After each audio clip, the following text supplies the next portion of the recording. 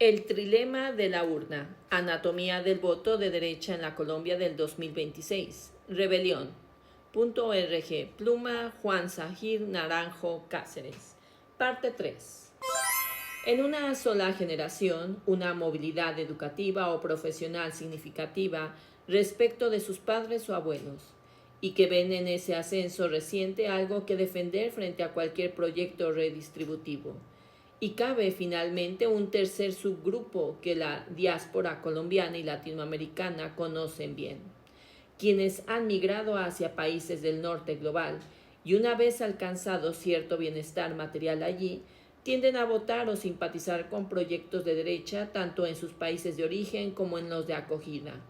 El dato de estas elecciones lo confirman de forma elocuente.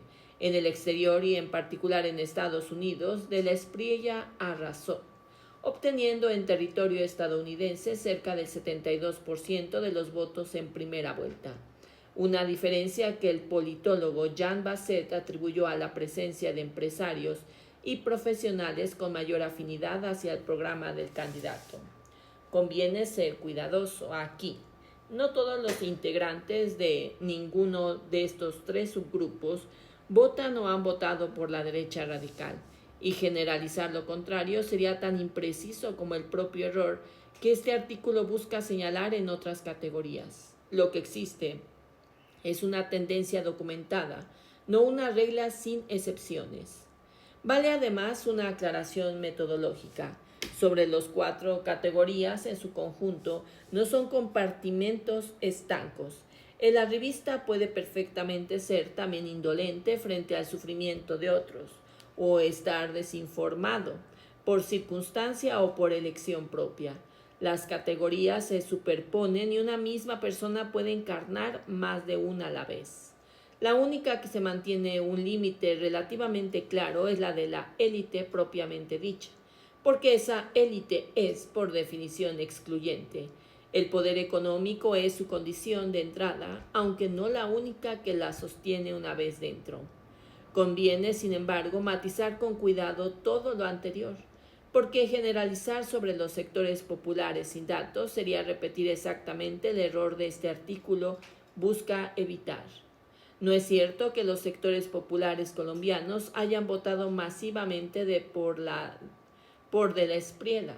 Los resultados muestran lo contrario, en buena parte del territorio.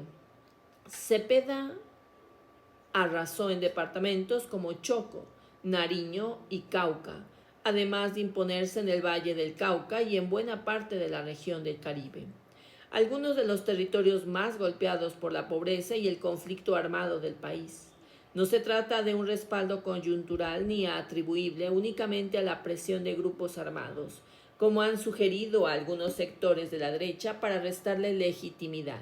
Son regiones que vienen votando de forma consistente por el progresismo, que respaldaron el acuerdo de paz en el plebiscito de 2016 y la candidatura de Petro en 2022, y cuya inclinación responde a una experiencia histórica concreta del abandono estatal y de la guerra. El verdadero campo de batalla electoral no estuvo tanto entre ricos y pobres como entre la izquierda y la derecha dentro de la clase media urbana descrita arriba, según reportó La Silla Vacía para el caso bogotano. Lo que sí resultó decisivo y merece tanta atención como el voto efectivamente emitido fue la abstención en varias de las llamadas zonas rojas del país. La participación electoral apenas alcanzó cifras del 19.8%, zonas históricamente abandonadas por el Estado y afectadas por la presencia de grupos armados. Esa abstención no es indiferencia política gratuita, responde a una desconexión real con un Estado que históricamente no ha llegado a esos territorios, a la desilusión de quienes no confían en que el voto cambie su situación material y a dificultades muy concretas. La distancia hasta los puestos de votación, la imposibilidad de tomar tiempo libre de trabajos informales y precarios, que afectan de manera desproporcionada a quienes menos tienen. Tratar a los sectores populares colombianos como un bloque homogéneo que eligió, entre comillas, a la derecha radical, no solo es empíricamente inexacto, Invisibiliza tanto el respaldo real que esos sectores le dieron a Cepeda como las barreras estructurales que les impidieron votar. El límite del trilema. Comprender sin simplificar. Hasta aquí el trilema no es solo una herramienta pedagógica.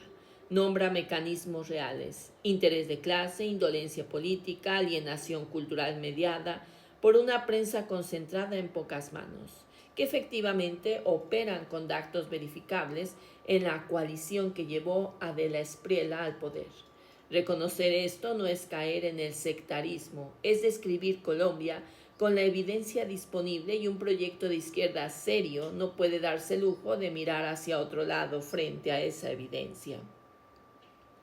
Pero hay una distancia importante entre identificar estos mecanismos y reducir casi 13 millones de votos a uno solo de ellos, como si toda Colombia que respaldó a De la Espriella actuara exactamente por la misma razón.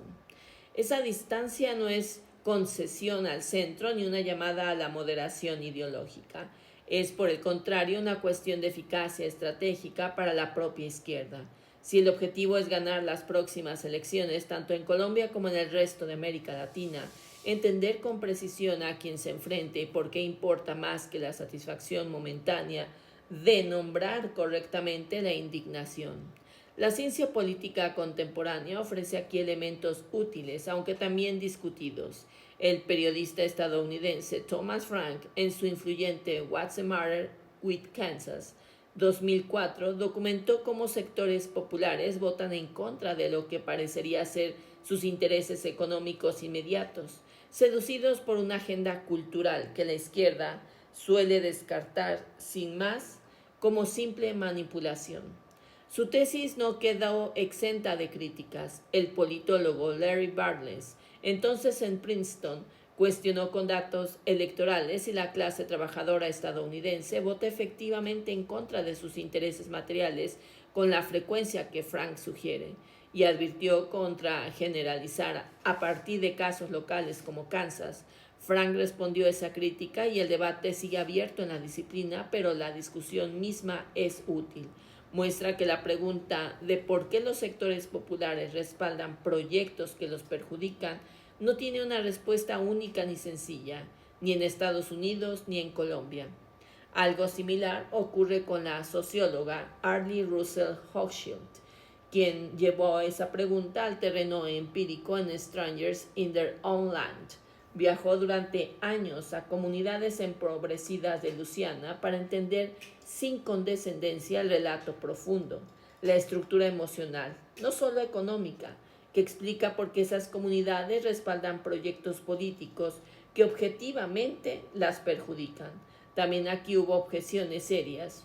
Una reseña académica publicada en el International Journal of Politics, Culture and Society cuestionó si el propio ejercicio de empatía de Hochschild no termina reproduciendo la distancia de clase que pretende superar, al observar a sus interlocutores desde la posición de una socióloga de Berkeley que documenta a una otra edad. Otros académicos cuestionaron si su categoría de relato profundo no termina paradójicamente generalizando de forma demasiado esquemática la experiencia de personas concretas, el mismo defecto que originalmente buscaba evitar.